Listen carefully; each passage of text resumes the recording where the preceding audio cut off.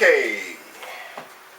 Hello. Let's keep it moving. All right. Now, we're getting ready to start crossing over into spiritual knowledge and information. And it's just because as I meet people out there in the community, they're needing spiritual information. And so it's time to give it. All right. And so first thing we need to do is establish some rules and some boundaries. Okay. You need to understand that there's rules of spirituality, spiritual cultivation, spiritual development. Number one rule.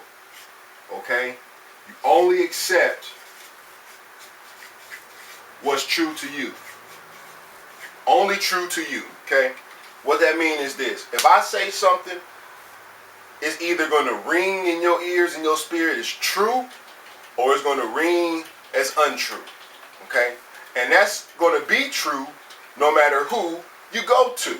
No matter what system you're in, certain things is going to sound true, certain things ain't going to sound true. The rule of spiritual development is only what's true to you is what you accept. Okay? And the reason for that is whatever sounds true to you is what you need at this part of your journey. And so it's not even about what's true. It's not even about what's right. It's about what seems true and right to you at the time. That's what you accept and that's what you build on. Now, the problem that you'll find is that there are things in your life that did not make sense to you, but you forced yourself to believe them and accept them as being true. Okay?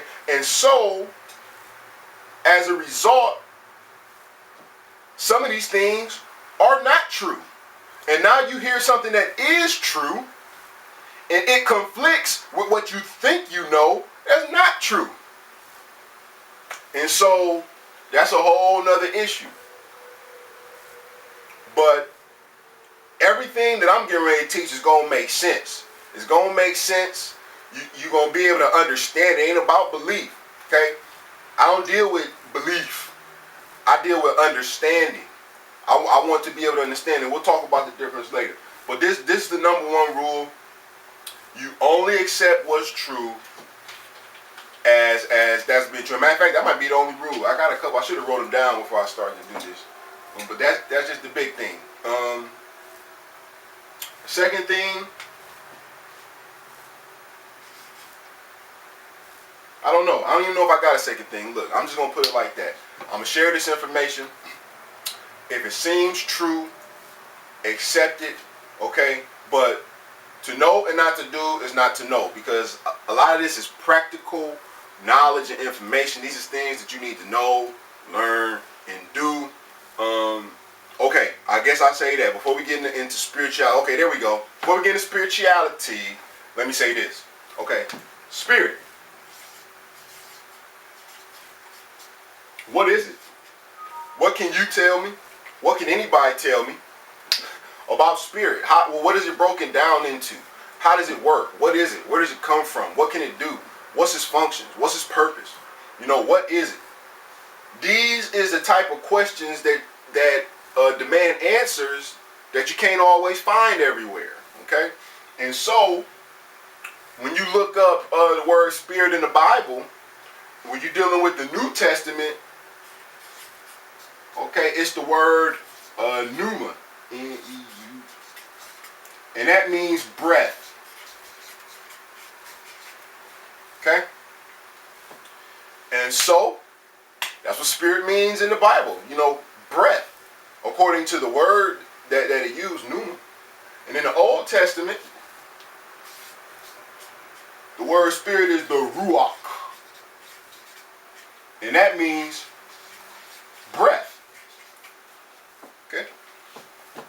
And so there's some connection to spirit and breath. And so, you know, we kind of know that, okay, God is a spirit. The spirit is everywhere. The spirit created things. And the spirit is in us. And there's the Holy Spirit. And, you know, that's kind of it. All right? That's all we kind of know. And so, but there's much more to that. And so if we go through the Old Testament stuff and study the Ruach, that actually takes you into the Kabbalah, because the Ruach is actually a division of the Spirit that begins to manifest, and that gets into the Tetragrammaton, the Yod-He Wav-He, that most people think is the name of God, Jehovah, because they've never studied the priestcraft, and they don't understand what the priests or writing and doing.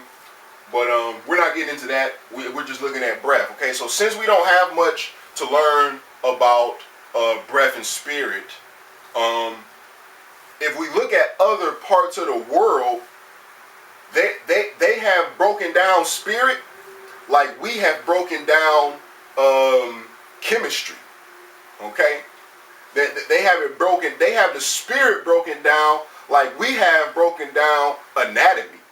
We know we got organs and tissues, but they talk about spirits and intelligences behind the organs and tissues. Okay, so the Chinese, okay, the word they use for spirit is qi, and qi means the breath, as well as other things, because there's different types of qi. So you got earthly chi, heavenly chi, this chi, that chi, all different types of chi, but generally speaking, chi is related, means the breath. So, since we can't learn much about the breath in our system, we could study some, because the Chinese been studying the breath for thousands of years. And it's the same word as spirit. So they have spiritual sciences, which lead to them being the #1 health system. People living to be over 150 years old regularly, okay, and all these other fascinating things, okay. And so, in India, the word they use for spirit is prana, okay, and prana means the breath. All right, so we can go to China and study spirit, study breath, study chi. We can go to India, study spirit, study breath, study prana. And then we could come back to America, and since America has no knowledge or study of spirit, breath, ruach, pneuma, we can take what we learned, because it's all the same thing. It's all the spirit. It's all the breath. Chi, prana. Okay? And so, we can take what we learned in these other parts of the world that have studied spirit, and we can just incorporate them into what we already got. It's no big deal. Except for the oppressive spirit that wants the minds of people to not expand. And that oppressive spirit is able to manifest itself through all types of things and people and places, including religious leadership. And so, as we get into the spiritual thing, we're not going to deal with religion. We're not going to create no religion, start no religion. We're just going to learn spiritual knowledge and information and how to apply it to our lives. Ashe.